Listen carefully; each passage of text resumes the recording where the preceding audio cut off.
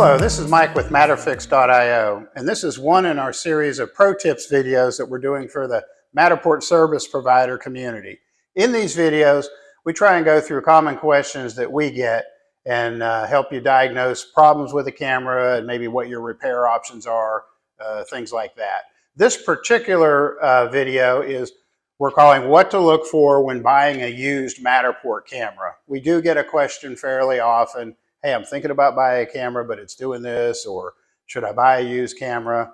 I want to put in a plug for the cameras that we sell. At MatterFix, we sell what we call certified pre-owned cameras. And these are cameras that we've bought, and we've either bought them in very good mint brand new condition, or if they need anything done to them, we completely replace all the needed parts, bring them up to a like new standard. And we sell those cameras at a pretty reasonable price, and we warranty them for 1 year. So that's a consideration if you're thinking about buying a camera. A lot of times ours are about the same as what the market price is. But anyway, so if you're thinking about purchasing a used Matterport camera, what do you want to look for? Okay, so the first thing you want to do is just do a quick visual inspection. Make sure the seams are fitting good. Make sure that the lenses, there's no cracks or scratches or anything on the lenses. And just in general, kind of, what does it look like? If the screw covers are missing, for example, that's a bad sign. That means somebody may have gone into that camera themselves. And that's always kind of a warning sign, because people can damage cameras if they don't know what they're doing. The next thing you might want to look at is the mount itself. Okay. If they're telling you this is a brand new camera, or I only used it 3 times or whatever, then this base plate on the bottom should look like this. It should look like brand new. There shouldn't be any wear on the paint or anything. If they're telling you they haven't used the camera hardly at all, and that plate looks like this with the paint worn off, then you know right away they're not being straight with you. So you can tell a little bit about how much wear there is on the camera by looking at the base plate. The next thing you want to do is rotate the mount. There's a shaft that goes through here, and this is the drive mechanism, goes into the clutch assembly. And when you rotate it by hand, there should be a fairly firm, constant resistance. And you spin it like that. If you spin it fast like that, you shouldn't hear any clicking. It shouldn't change. It should be the same.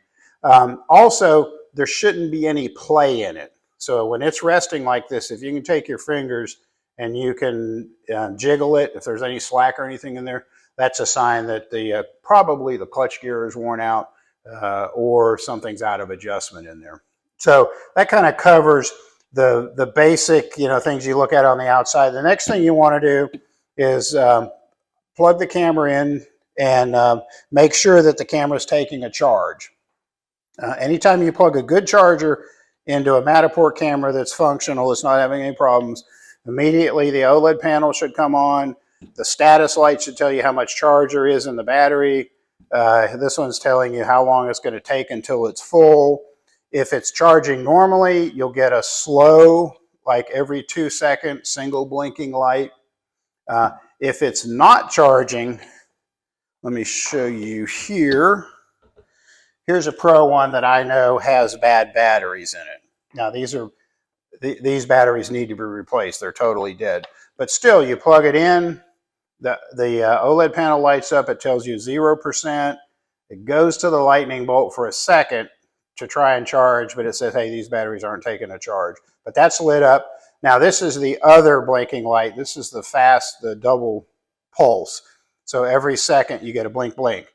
This means that the charger's good, the camera is recognizing the charger, but for some reason it's not charging the batteries. And that's basically 2 reasons that's going to happen.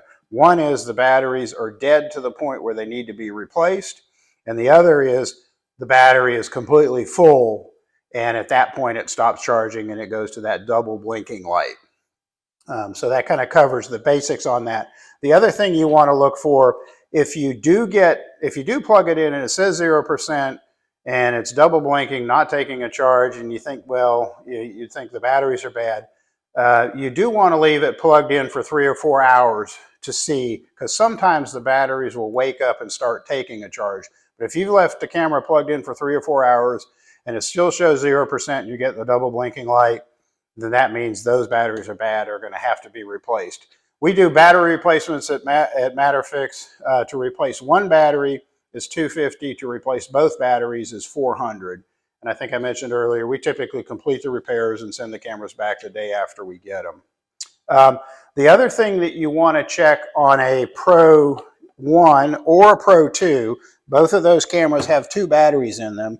To be sure that both of the batteries are good, you need to leave it plugged in and charged up to the point where it goes past 50%. Ideally, you want it to go to 60%.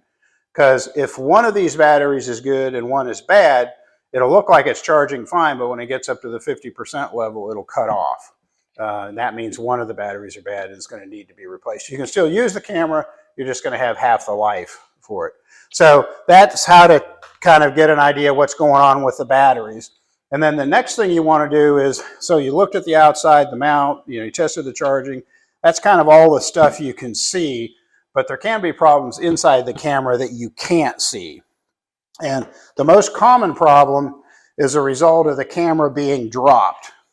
So here is this is a Pro 2 light. It's got the back housing on, top plate, bottom plate, and the front plate are off. Normally, when this camera is assembled, this is a sensor array.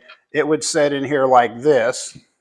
And the sensor array is held in place by 2 support rods that go through the camera. They're aluminum rods here. So that's kind of the construction of the camera. Now, if you could imagine if this camera is on a tripod and it's 5 or 7 feet up in the air and it takes a tumble onto a hard surface, then there's some things that can happen internally to the camera, some damage that can happen that you can't see just by looking at the camera. This main metal frame is called the chassis. It's possible that it can fall on a corner and it can bend that chassis. That chassis gets bent, it's very likely you're going to get an unstable error when the camera is turned on. It's very likely that when a camera takes a drop, one or both of these sensor support rods can get bent. And that's going to distort the position of your sensor array. And the slightest distortion of that is going to affect your model. So that kind of goes over basically what can be going inside the camera that you can't see. Another thing is a camera takes a spill, these USB cables that connect the sensor array to the main board and some other connections in there can possibly get loose and you're going to get an error code. But you'll see that when you turn the camera on. So it kind of goes through what can be wrong inside. Now, how do you find out what's wrong inside? Well, what you can do is go ahead and take your camera. At this point, you want to go ahead and turn it on. First thing you want to look for is an error message. If you get an error message and it's a sensor error like a 03 or 02, upper, lower, mid, that's probably something that can pretty easily be repaired. But some sensor errors mean that the actual sensor array has been physically broken. And in that case, the camera is going to have to go back to Matterport and get a replacement. They'll remanufacture it and recalibrate it and basically turn it into a brand new camera. But if you get a sensor error that indicates that the sensor array is actually broken, that's bad. The other ones we can generally fix. So you've gone through there, you didn't get a sensor error. What you want to do is turn the camera on, put it on a tripod, open up your capture app, ideally on an iPad, and go ahead and initiate a scan. And what you're looking for is the camera takes 6 sets of pictures as it rotates around. And you want it to see it rotate nice and smoothly between each of those 6 positions. There should be no jumping, no stuttering. When it stops, it shouldn't bounce. It should be a very smooth motion and come to a complete stop without any movement. If you get any jumping or anything like that, that again means that there's probably a problem in the drive mechanism. And it's also going to affect your model. It can cause blurriness, stitching errors, and things like that. So after you've checked the rotation, the next thing you want to do is move the camera to 3 or 4 positions and make sure you don't have any problems getting a connection. So you're getting the scans to align. Moving 5 or 6 feet around, you shouldn't have any problems getting alignment in the capture app. If you do, there again, that means there's a problem with the camera. In that case, you probably, that's a problem. You're probably not going to want to purchase that camera used, because it's definitely going to need some work. So the next thing you can do is you can test the Wi-Fi connection. So stand about 10 feet away from the camera, initiate a scan. As soon as the scan completes, the message is going to pop up on your iPad and says, okay to move camera. When you see that message, it should take no more than 4 to 7 seconds for the image to transfer from your camera to your iPad. If it's taking longer than that, that indicates there's a problem probably with the cable that goes from the Wi-Fi antenna onto the main board. The camera may have been dropped and that cable's been pinched. If you get any disconnections, that's a sure sign that there's something wrong with the Wi-Fi antenna. So that covers the Wi-Fi. The next thing you want to do is take your capture app and open up one of the scans, and you want to look at the 6 vertical images that are inside the scan in the capture app. So those are preview images. The color is going to be distorted. That's not what you're looking at, is any distortions in the color. What you want to look for is the 6 vertical seams to make sure that they're in alignment. If you spin around and you see one and it's off, like if it's off more than 3/8 of an inch or 1/2 an inch at 10 feet, then that's another indication that something's bent inside the camera and is going to need to be repaired. If you want to go one step further, you can go ahead and upload a small model and go through the model and look at all of the horizontal lines, baseboards, crown molding, windowsills, door jambs, anything that's a horizontal line. Closely inspect those and see if you see any offsets, because that's usually where it's going to show. If it's bad enough that it's showing in the finished model, then that's, it usually indicates a pretty bad problem. The sensor support rods are bent, the chassis is bent, any number of issues there. So if you've gone through all those things that we just discussed and it's performed pretty well, you're comfortable with the results in that, I'd say you're pretty safe to purchase that camera. If you have any of those issues, you can still always purchase the camera, but you kind of need to be aware. You're taking a little bit of a risk. You need to be aware of what the repair costs might be. But if it's discounted enough, it might be worthwhile for you purchasing the camera. Typically, our $250 cost or repair cost level, we're going to fix issues like sensor support rods, the Wi-Fi antenna, refit the housing correctly, replace the fans.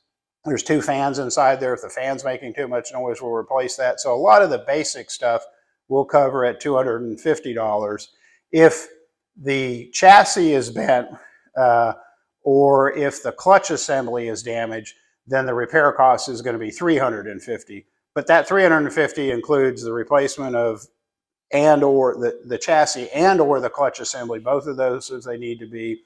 There's another carrier plate in there we replace at that. And with that, at that price, you're also getting whatever we would have done at the $250 level. So most cameras that are repairable, the maximum cost to repair them is $350. So if you can buy the camera, at enough of a discount, it's something you can consider.